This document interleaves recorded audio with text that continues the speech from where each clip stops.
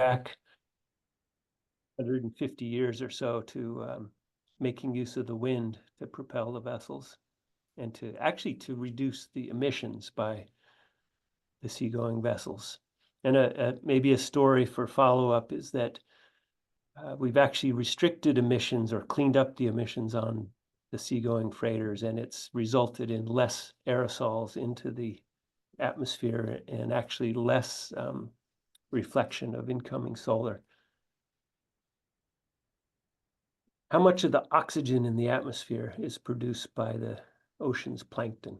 So this is what do the plants in the ocean do for us? And it's every other breath. So as we sit here breathing one breath in, and then we take that second breath, you can thank the ocean. So that's a satellite image of the ocean color showing the microscopic plants, the phytoplankton, of which there's a microscope photo of the diatoms in the left-hand side there. All right, well, I can't go too much farther without reminding us that the world through the United Nations has these sustainable development goals. There's 17 of them, and we in the ocean world are in number 14, life below water. And so we're concerned about to conserve and sustainably use the ocean, seas, and marine resources for sustainable development. And we are lucky enough to have, this decade designated as the decade for ocean science for sustainable development. So we're right in the middle of it. So you guys are getting in at a good time. We're trying to get the word out about how important the ocean is. Okay, so let's get into the physics. Here is on the right-hand side, a satellite image of the US West Coast. It's in the late in the summer. The greener colors are colder water. And you'll see right off the bat, it's cold along the coast and warm offshore. And the reasons it's cold is because the wind blows from the north, charges down the coast, pushing the water. But because the Earth's rotating, it swings out to the right as you face downwind. So you face downwind, coast is on your left, it swings off to the right, which is offshore. And that water is maybe 10 or 20 meters deep. And you can't just suck the water away from the coast because you'll leave a hole. And it's filled in by the upwelling of cold, nutrient-rich water. And that hits the plankton in the light zone, and we get this terrific bloom of phytoplankton that is then consumed by zooplankton, and then on up to fish and humans and birds and all that. Now, part of the story I'm going to tell you about is that that upwelling is changing through climate change, and that upwelling brings low dissolved oxygen water towards the shore. So I'm going to tell you a little bit about two sides of a coin. The upper ocean, very productive, lots of oxygen, but right down near the seafloor, we're going to see some effects of low oxygen and actually ocean acidification, which I'll get into. Then the last bit on the slide in the middle says that it's seasonal. So in the winter, the wind blows to the north, and right about now, March, April, it switches over and blows to the south. So our summer upwelling season or our summer growing season is April through September. That'll come back in a moment. This is a satellite image on the right of the ocean color again. So it's literally the green color. We've false colored it with that blue to red so you can see the high concentrations of chlorophyll in the coastal ocean. And that feeds these amazing fisheries that Oregon and the West benefit from. The Dungeness crab is the single highest value fishery at about 74 million per year. And that's just what's landed by the vessels. The economic benefit is 4 or 5 times that once it spread out across the workers on the land. And you can see pink shrimp, groundfish, etc., Salmon being a super important iconic species, relatively less in dollar value. All right, so what changes are we seeing? Let's go through about 4 or 5 of these and just discuss them. So we know the atmosphere and ocean are heating. So here's just a record from about 1940 or so, and it's the annual global temperature anomaly. So the difference from the pre-industrial. And then you can see along the vertical axis, 0.5 degree C, 1 degree C, and 1.5 degrees C. And you'll recall that the international agreements are to try to limit emissions to hold the increase to 1.5 degrees C. So 23 hot, 2024 even hotter, and I believe that both January and February of 2025 were the highest global average temperatures on record. So we're there. We're already there at the numbers that we think we ought to be aiming for. Okay, so what does it look like in the spread across the ocean? These are the changes again. So you take the modern data, in this case 2022 minus 1901, and that's the change over time. And the color scale has that 2 degree right at the red. You see some areas that, some tiny little areas that are blue that are actually cooling, but the rest of the planet, the surface ocean, is warming. And sometimes in many cases by 4 degrees C or, nearly 8 degrees Fahrenheit. That's a big deal, and an organism in an ecosystem is going to notice that. And then how do we know about how the heat goes down into the ocean? Well, we do it by using these autonomous robots that go up and down. There's about 3,000 of them in the ocean, and we can calculate the quantity of heat in that upper ocean, either the top 700 meters or the top 2,000 meters. And we can look at the changes again relative to the 60s. So the point here is it's not just the surface ocean. It's going deep into the ocean, several thousand meters. And I don't have it on this graph, but we can detect change all the way down to full ocean depth at 4,000 or 5,000 meters. So the ocean is sucking in that heat and doing actually an incredible service for us. Otherwise, the atmospheric temperatures would be several times more than what they are now. Now, we can't heat up the ocean without changing what's going on there. Oh, and just for fun, as a scientist, I certainly know what a mega, giga, tera, and peta is, but I didn't really know what a exa and zeta was. So a zettajoule, the amount of heat in the ocean, is 10 to the power of 21. So an enormous heat reservoir. In fact, you can calculate that the entire heat of the atmosphere is contained in the top 2.5 meters of the ocean. It's quite remarkable. So as we talk about climate change, as we talk about weather, it's the ocean that drives all that. So I had one of the leaders at NOAA would always say, if you like your weather forecast, thank an oceanographer.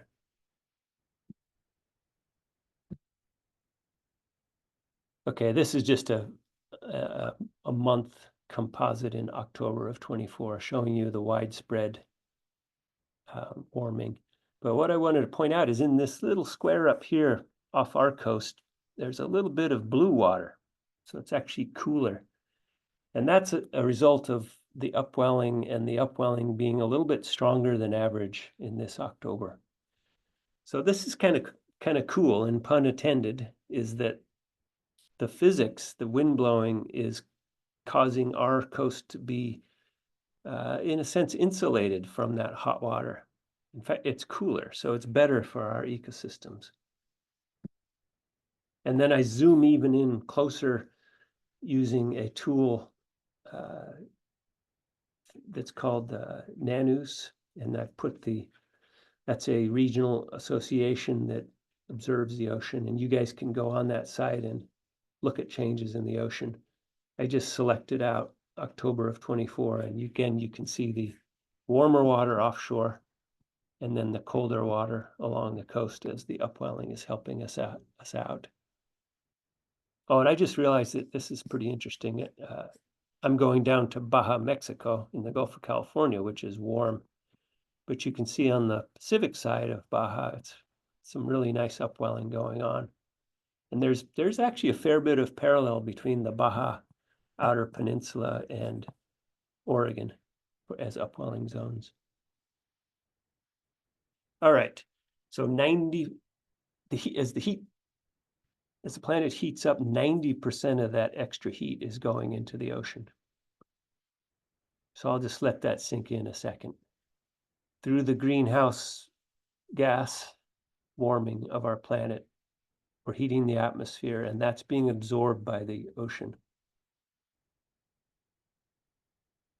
So I'm gonna pause there just for a second, Mike, and just see if you want to take any questions, or maybe people are saving them, however you would like to work it.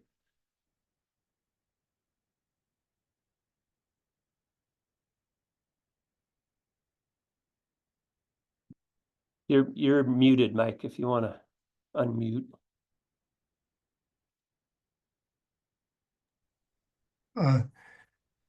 Do you see any changes in the budget to do this very important work coming up? Cut right to the chase. I was certainly expecting that question. I had to get it out. Well, let me split it into a couple of parts. So I work for Oregon State University. I teach students. A portion of my salary is state funded. That is not changing. I also rely on federal research grants.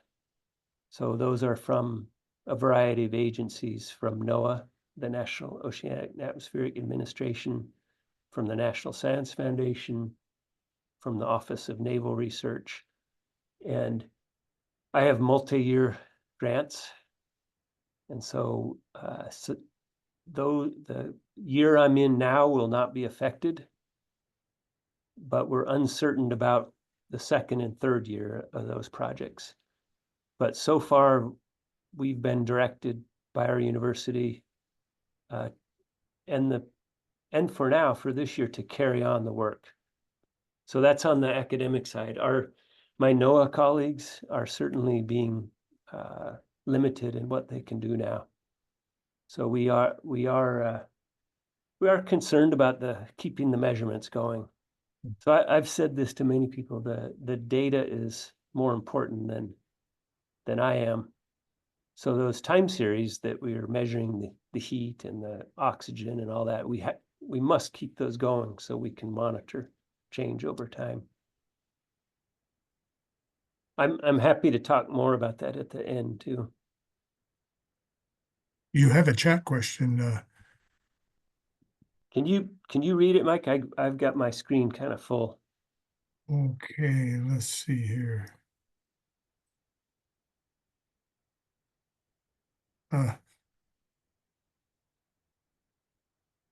Well, if ocean takes 90% of the heat, when would all glaciers be gone?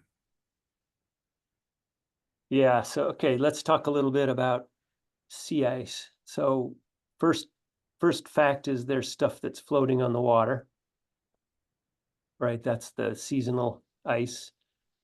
Then there's the land fast ice, both in the Arctic and the Antarctic.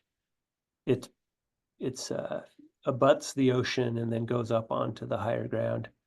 And that's not my expertise, but I do know that in the next section, when I talk about sea level change, it's due to two parts: the heating of the water and its expansion, and second, the melting of the glaciers and the collapse of the ice shelves. And one of them is certainly steady, right? That heating and that thermal expansion. But to be honest, if the ice sheets collapse and fall into the ocean and melt, we're looking at tens of meters of sea level increase. So I don't have a good answer for you for when all of that will be gone. Okay, so let's actually get right into that. Sea levels are rising. So this is a national risk assessment around our nation. And you can see in red, there's a very high risk to sea level down along the Gulf of Mexico, parts of the Florida coast, up the East Coast, and some parts of the US West Coast around the low-lying areas. So in Oregon, as you guys know, visiting there's high rocky headland parts. Some of the cities like Newport is built up pretty high. Other places like Seaside are in more danger of that inundation. You can basically see around the coastal ports, Tillamook in our case, San Francisco Bay Area. And they are being encroached upon by the sea level steadily rising. So this is a graph of that sea level change in meters. And you can see the 1 meter mark out there on the right-hand side. This is from the thermal expansion and some of the non-catastrophic ice melting. And I think I gave this talk another time, and you can see the upper bound on this is like a 1.2 meters. And I was talking about this during the Olympics, and I was watching the horses jump over the jumps at the Olympics. And that's kind of what 1.2 meters is. So you can sort of visualize it. Now I have a note over here. It does not include collapse of the polar ice sheets that would result in tens of meters of sea level rise. And we know that because of the 100,000-year ice age cycles where we know that sea level changes by tens to 100 meters. Okay, then now I'm going to get into maybe a couple of slightly less known topics. One is that the ocean is becoming more acidic, and that's comes from it absorbing the CO2 that we're putting in the atmosphere. So this is a very famous graph where the red curve is measuring the CO2 concentration at Mauna Loa in Hawaii, starting in 1957. And this is the famous Keeling curve that much of our studies of the atmospheric CO2 rely on. And you can see that steady increase over time. And the 2024 value I added to this time series. So we're well over 400. And I think you guys may remember the organization 350.org. That was another group that was trying to set a target. In their case, it was the atmospheric CO2 rather than the temperature anomaly. But we've blown past that, and we're well on over 400. Okay, so there's two other time series on here. The green one is in the seawater. So we go and we measure PCO2 in the seawater, and you can see it tracks that increase of the atmosphere. And then as the CO2 goes into seawater, it changes over and releases hydrogen ions and makes the water more acidic, which is measured through the pH. And the blue curve is the measured pH in the ocean steadily going down over time. So it goes from about 8.1 to, I don't know, 8.06 or so. So if you remember the pH scale, it's logarithmic. This is not acidic. The ocean is not acidic, okay? But it's becoming more acidic. And because of that logarithmic change, this is a 30% change in the acidity. So it's become more acidic by a third. That is a big deal. So the ocean's doing two things. It's sucking in the heat, and it's sucking in the CO2. both of those are helping slow down the atmospheric temperature gain. But it comes at a cost, certainly to organisms in the ocean. So this is the chemical reaction as CO2 goes in, reacts with water, makes carbonic acid. And you'll know that is if you take your favorite soda and you pop open the lid and the CO2 comes out and you taste it and it's got that little bit of tartness, that's carbonic acid. It then dissociates into bicarbonate and the hydrogen ions. And those suck up carbonate, CO3, and take it away from organisms that would like it. So calcium carbonate is something that is needed for oyster shells, crab shells, the ear bones in fish, etc., are all want to use this carbonate ion that's being taken away by the increased acidity. And there's some pretty scary stories, in fact, right off the Oregon coast. So in Netarts Bay, there's a oyster hatchery that makes little baby oysters. You can see on that electron micrograph on the left-hand side, day 1, day 2, day 4, that's a tiny little oyster shell growing. And the one on the right is in the face of increasing pH of the water. And it literally cannot grow the shell that it needs to survive and dies off. So our scientists, or OSU scientists, Burke Hales and George Waldbusser, helped this fishery install measuring devices for pH, and then they actually add a buffer to their tanks to bring the pH up, and that has solved their problem for the moment. Well, in this test, if I might ask, in this test that you've run, how does the acidified water in the test compare with what we're experiencing in the ocean today? Is it a lot worse, or is it showing where we're going to go, or is it where we're at now, or?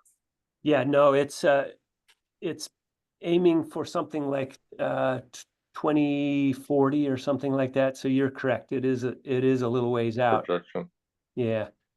Now, remember that upwelling I told you about? That can bring pretty low pH waters right to shore. So there's a time element here too, where the hatchery can wait for good conditions for when they pull in ocean water. Okay, so if we go beyond oysters, here's the baby oysters up here. We also know that it can affect pink shrimp. We're seeing studies on Dungeness crab.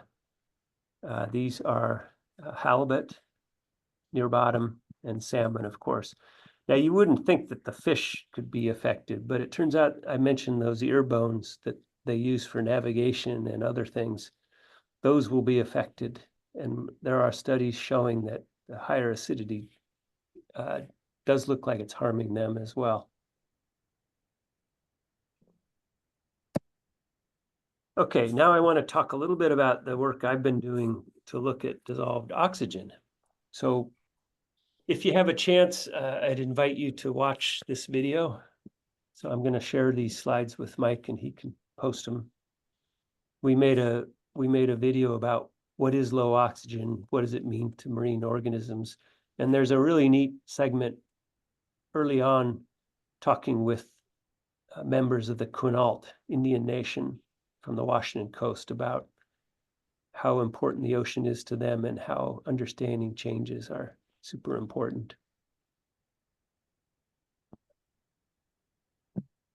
Okay, so all marine animals need oxygen to live, and we measure it in a concentration in the left-hand scale. It's in milligrams of dissolved oxygen per liter. And a saturated good amount is something like 7, 8, 9, 10. That's the blue water at the top there. And then we drive it low by either restricting exchange with the ocean, or you can have organic matter decay and pull the oxygen out of the water. And I'll get more into those details in a second, but if you drive it low enough, the fish swim away. Invertebrates that can't do that start to suffer and die off. And just roughly as a comparison, it's like the amount of oxygen that at the top of Mount Everest. So there are a few humans that have done that without bottled oxygen, but in general, you wouldn't want to do that.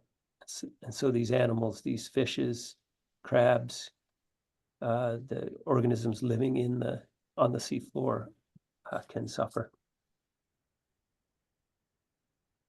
We know a fair bit about this around the world. This is a review paper from Science in 2018, sort of tallying up all the low oxygen zones. So there's two different kinds on here. The red ones are coastal low oxygen zones, and most of those are caused by human activities, putting excess nutrients, getting plankton blooms, and then excess decay. But the blue areas, the open ocean areas, that comes from that heating of the ocean where it sort of puts a warm blanket and doesn't allow exchange with the atmosphere, and other changes in ocean circulation. There's about 400 of the red ones, and through my work and Francis Chan's and others, unfortunately, we have a red dot now next to us off Oregon. And there's this big complicated term called deoxygenation, which is a real mouthful. I invite you to try it. Try to say it 3 times fast. It's a global issue. It goes alongside ocean warming and ocean acidification.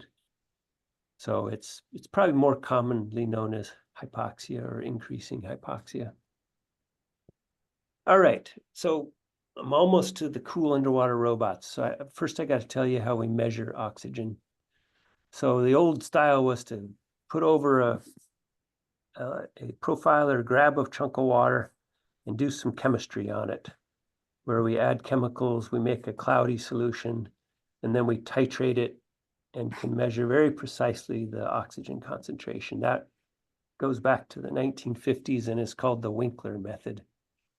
We still use it to calibrate our sensors, but now we've gone on to some really cool electronic sensors like this, thanks to you engineers. Actually, great collaborations between oceanographers and engineers. So this guy, this Optode on the left, is made in Norway. There's a sensing foil that's coated with a gel, and that gel fluoresces when it's excited by light, and the amount of fluorescence is proportional to the oxygen in the water. So the sensor just flows through the water. We do a light source from inside, and we measure the fluorescence. And we can calibrate it against those Winkler samples. So now we get what I want, which is, numbers coming up the line that I can plot and make maps of low oxygen. And where we use it, for example, is on the back of this underwater vehicle that I'm showing you here. So this is an underwater glider. It's about the same size as I am. It's a couple of meters long. It weighs about 130 in air, but when we put it in the ocean, we make it neutrally buoyant. That is, it doesn't sink or it doesn't go up and down. And that allows us to propel it. So right off the bat, there's no propeller back here. So the way we make it work is we expand it slightly through a piston. That displaces more water and it floats up. Or conversely, we can contract the piston, make it smaller, and then it sinks. And it's a very efficient process. We can run this off batteries, and we can run it. One type I use stays out for a month, and the other one stays out for 6 months, all on lithium batteries. And then we get it to glide forward just by putting wings on it. So it's going up and down, and we put the wings on it, and we glide through the water at very low cost. And then the idea is we slap a bunch of these sensors on it: temperature, salinity, chlorophyll, dissolved oxygen, etc. In the tail, there's a rudder, so we can tell what direction we're going. GPS antenna sticks up through the water. And we also, in this tail fin, we have an Iridium satellite cell phone. So I and my students can fly it with this cell phone. In fact, this morning before I joined you, I was on our webpage looking at where the glider was and checking its health. All right, so I've mentioned a few of the things about this. I want to say that this is probably we've been using these for about 20 years. It really came about when the Pentium 4-inch computers were routine. We have good GPS and then worldwide Iridium satellite cell phone. And of course, the consumer electronics also drove the ability to put, 60 gigs on a little tiny card that we can store our data on. And I think where the field is now is we need better batteries and power solutions. And then we keep adding sensors as long as they are small and don't draw too much power. All right, so here's myself and my NOAA colleagues, and actually Christian Fodenfensel, who I'm sure you've heard on Oregon Public Broadcasting. He came out with us because we were using these gliders to study crabs off the Columbia River, and you just gently slide the glider in and it does its thing out there in the ocean all by itself. And I sit in my lab in Corvallis and monitor the data.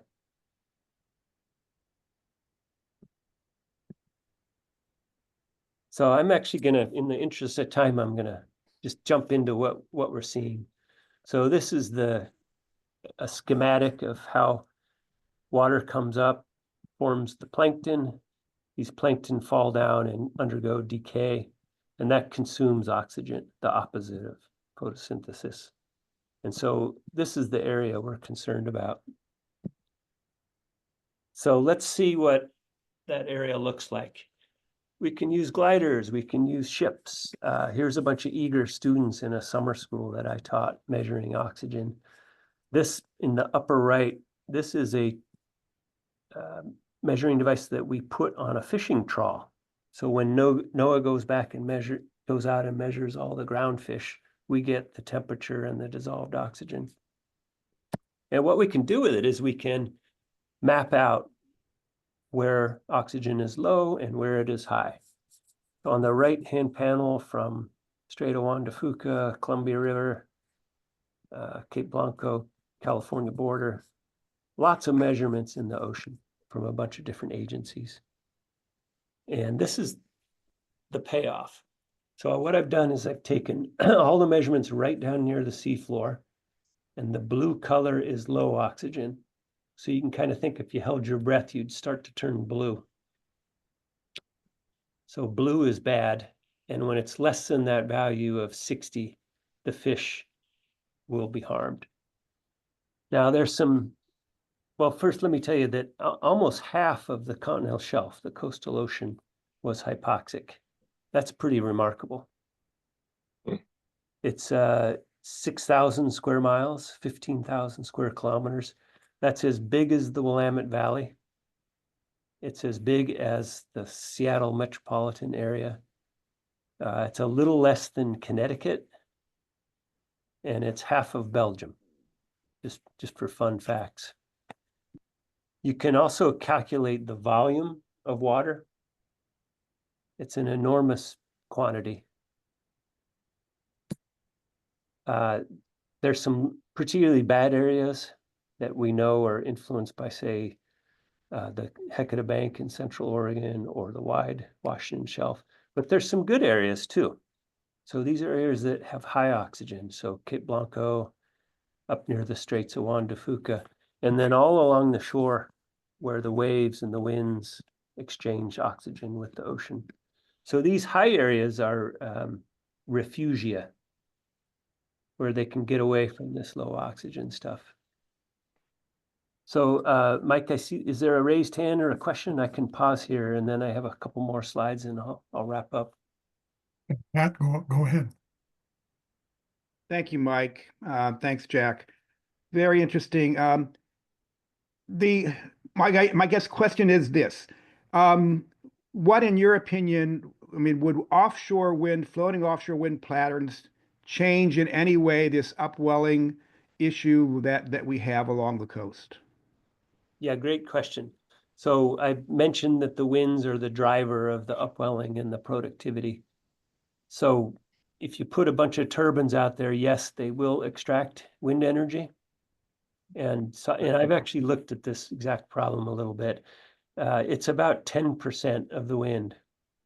So a 20-knot wind, which is kind of a nice upwelling wind, that's 10 meters per second. So we're going to take out about 1 meter per second of wind. And then I can calculate how much less offshore and how much less upwelling. And So it reduces upwelling rather than increasing it. that's exactly right. It pulls the strength of those winds down, and there's less upwelling. Now, I think it's only going to be about a 10 or 20% effect. And I don't believe that it's going to pull so much out that we really alter the marine ecosystem. And I'm not sure if I have time to get to this, but interestingly enough, the upwelling winds are actually increasing from climate change. Mm. So here, stick with me a second. What's happening is the ocean, that big thermal inertia, it is heating up, but not nearly as fast as the land. The land is heating up, and so there's a pressure differential between those two. And that drives the longshore wind. So it's kind of an interesting juxtaposition that we're increasing the wind, but if we put out the offshore things, we'll decrease it. So there's kind of a break-even point there. Very interesting. Thank you. Yeah. And since you mentioned wind farms, the reason we want these maps is because we want to make good, sustainable use of the ocean. So if you know that there's a good fishing area, you probably shouldn't put, other structures that are going to restrict fishing in that area. But there's some not so good areas here that we see from the hypoxia. So maybe you want to think about putting your installations there. It's kind of like knowing what to do on land when you do zoning decisions. Okay, this is close to my last slide. This is the change over time in the near bottom oxygen levels. So we had the right-hand panel in 2021. This is the decade prior to that, and this is going back to all the historic data from 1950 forward. And your eyes can instantly see that that the dissolved oxygen is decreasing out there. And in fact, this is the percent of the shelf that's affected. So this is something we really want to keep our eyes on using, of course, vessels. And so this circles back to Mike's question about, are we going to be able to get the NOAA vessels out there? I don't know. That could be endangered. But for now, the underwater robots are out there doing their job. Okay, so and since I've said so much about climate change, I just want to finish with some basic concepts around climate change.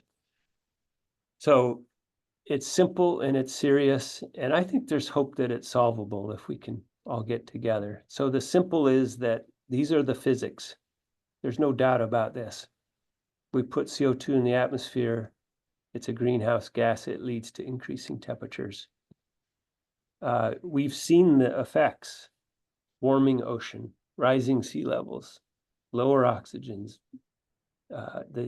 When the CO2 goes in, it leads to ocean acidification. So this is a serious problem. And solvable, these are things that we can do as individuals, and we can also vote for, we can use our money, all that to try to drive our behaviors and everything to help reduce the emissions of CO2 into the atmosphere, because that's really the crux of all this stuff. So I've already mentioned the voyage to the Gulf, and I'm going to stop and see what more questions you guys have. I have a question. Yeah, go ahead. So you said that on the previous slide, it showed 54% of the shelf had been affected. It seems Right. like there's probably a maximum that I mean, it's not gonna, it can't go up to 100, right?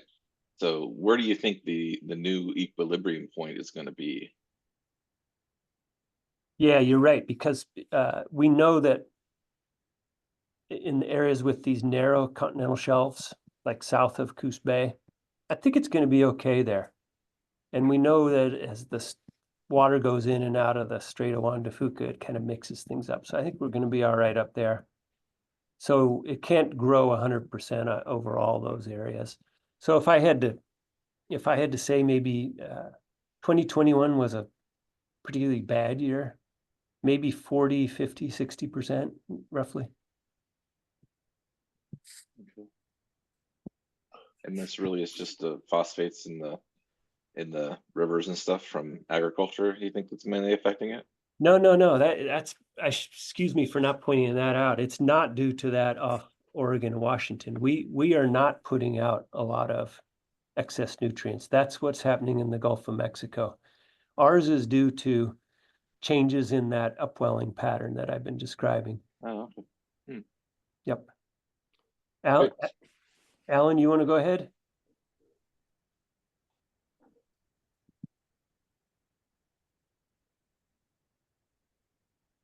Sorry, it took me a while to got a German Shepherd that was barking his guts out because there are deer up the hill. And I didn't want to entertain you with that. I'm going to ask a tough question from Jack. I was watching a legislative session hearing this morning, and it was about climate issues. And there were at least two of the representatives on the committee who said they just didn't believe the climate change. They didn't believe the science. So my tough question is, you just articulated how clear the science is. Do you guys ever have a chance to talk to the legislators and convince them that being a science denier is not productive? Actually, we do. I've worked very closely with what's called the Coastal Caucus.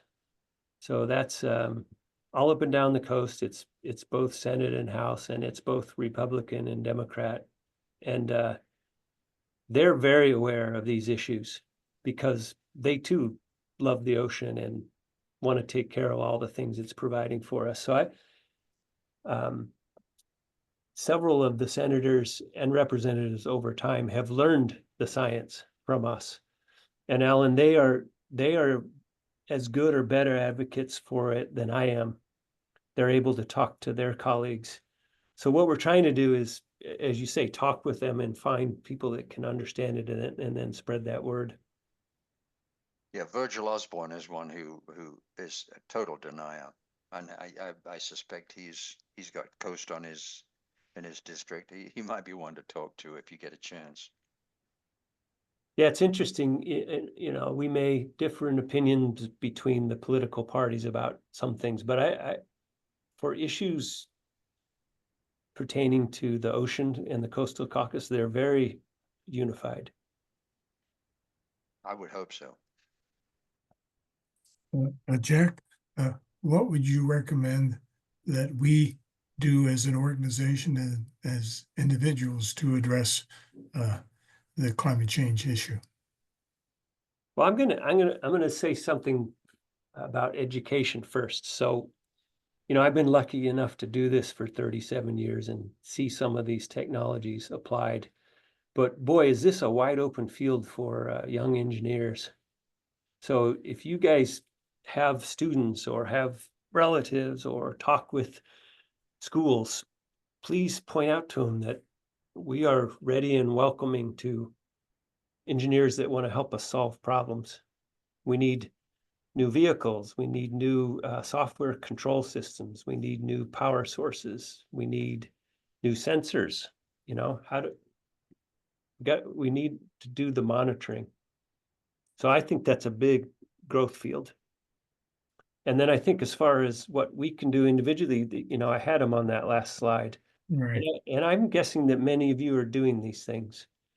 I mean, if you think about the physics of a heat pump, it's so much more efficient than burning fossil fuels. And many of us, myself included, have switched to heat pumps. There's the Oregon climate is perfect for them. We can generate electricity in many different ways. So these are some of the things you can do, but you can also vote, right? You can choose and talk to your legislators, and you can vote. All right. Any more questions? Yeah. I think Jack's about ready to. Yeah, Jack, could you comment on the effect of climate change on the major ocean current circulation patterns and how they might be disrupted or changed in an adverse manner? Sure. Yeah, so I'll talk about the two big parts of it. There's what we call the wind-driven gyres, the great circulations in the ocean basins. They're in the upper 1,000 meters. So as we change the winds and we heat the upper layer, there are projected changes in those currents. Some of those are actually speeding up and some are slowing down, but the basic answer is it's going to change them. But maybe more interesting, in that you guys have for sure heard about, is that overturning circulation that takes heat from the equator to the pole, and then the cold water sinks and returns the equator. It's a giant conveyor belt. And you've heard about projected changes in that due to climate change, and maybe Europe is going to freeze out because it's not getting the warmth through that mechanism. That is, through the physics, that is plausible. So the idea is that at the northern latitudes where it should cool and be dense enough to sink to the bottom, the freshwater melt from the ice and the warming is making it too buoyant. So you literally can't push it down to be part of that conveyor belt. And oceanographers are measuring that speed of that, and it does appear to be slowing down. But I think the jury is still out on whether it will collapse or stop completely. I see Greg had his hand up. Yeah, thank you, Michael. Jack, thanks for your presentation. I have a slightly different question. I'm concerned both on the energy side and then in the work you're doing, realizing that NOAA is critical to, doing the research. Federal funding, it seems like more and more we're getting whipsawed around. Is there any plans or any thought given to more stable funding, maybe outside of just the normal workings of Washington, D.C.? And I say that because I'm thinking about it on the energy side as well. And we look at what's going on with BPA, and it happens over and over again. I start to wonder, can we rely on the federal government to as a stable funding source? So any thoughts on that? Sure. Yeah, going back to the Oregon Coastal Caucus, they helped establish the Oregon Ocean Science Trust. And that's a place that we're hoping that private money can be put in. There have been some state contributions. There's been at least $2 million that I'm aware of that has gone into hypoxia and ocean acidification research from the state. There's also, there's a lot of, as you guys know, there's a lot of wealth out there in private hands, and we are seeing many individuals helping on the environmental side and putting money into ocean research. So I do think there is hope beyond just the feds.